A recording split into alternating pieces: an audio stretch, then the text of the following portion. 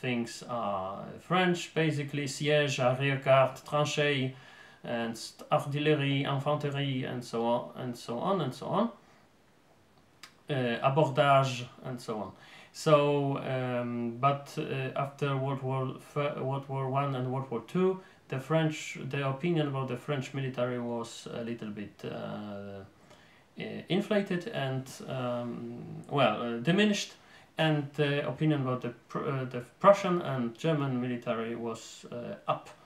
And it's still going on. So we are more when we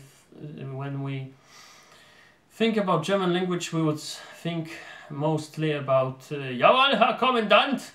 And when we think about French language, we would think more about amour toujours, and not the other way around. Although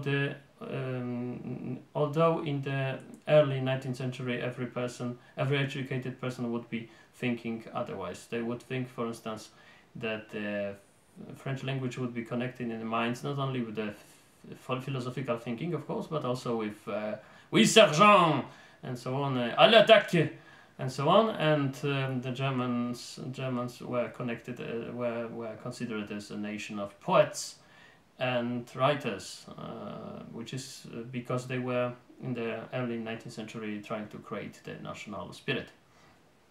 So only maybe the English were paying for the German mercenaries for almost 2 centuries, from Hesse and from Brunswick.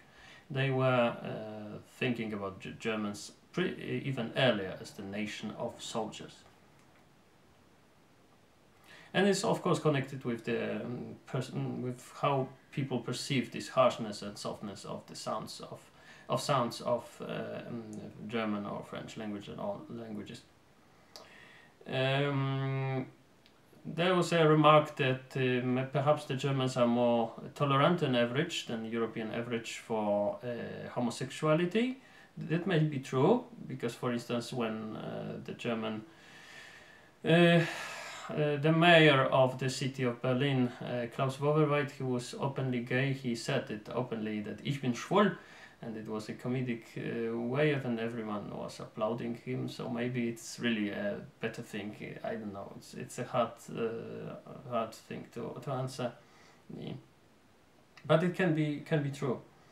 There was the remark that there are many elderly people with good benefits when they were retired.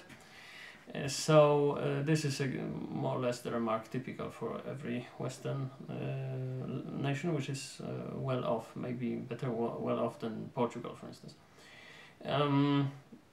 The Mehrwertigkeitskomplex, yes, it's unavoidable. I think that if you are a huge nation and in the center of Europe, you must think pretty well of yourself. Although for historical grounds, they have these problems with identification. Some of them would like to accept more illegal immigrants to pay for the debt, the moral debt of the Hitler regime and so on. And some are from time to time there are discussions about if it's a good thing to be proud of your nation in Germany, which is very untypical. In other nations, it's untypical to have such discussions. Smaller nations usually have a problem with pride about being a part of that nation's. Strong, big nations usually don't have this problem. The Germans are maybe the only big, strong nation that has problems with this. It's the thing that German economy is first and foremost very strong. But the military is not so much so. The Germans do not possess atomic weapons, for instance. But still, it's a very huge and powerful nation, and always will be, probably. So it's the normal thing to be in the same. So there's some sort of schizophrenia between the guilt and the pride. Which is not, for instance, the case of Russia. The Russia pretty much dismiss all the guilt of the Stalinist regime, for instance. A clear, very visible difference here. Among the drawbacks of the German culture, there was named this very soft attitude towards naughty children. I would say that the German nation in this respect is very similar to all wealthy Western European nations. After World War II, there was a constant growth in economy, and the level of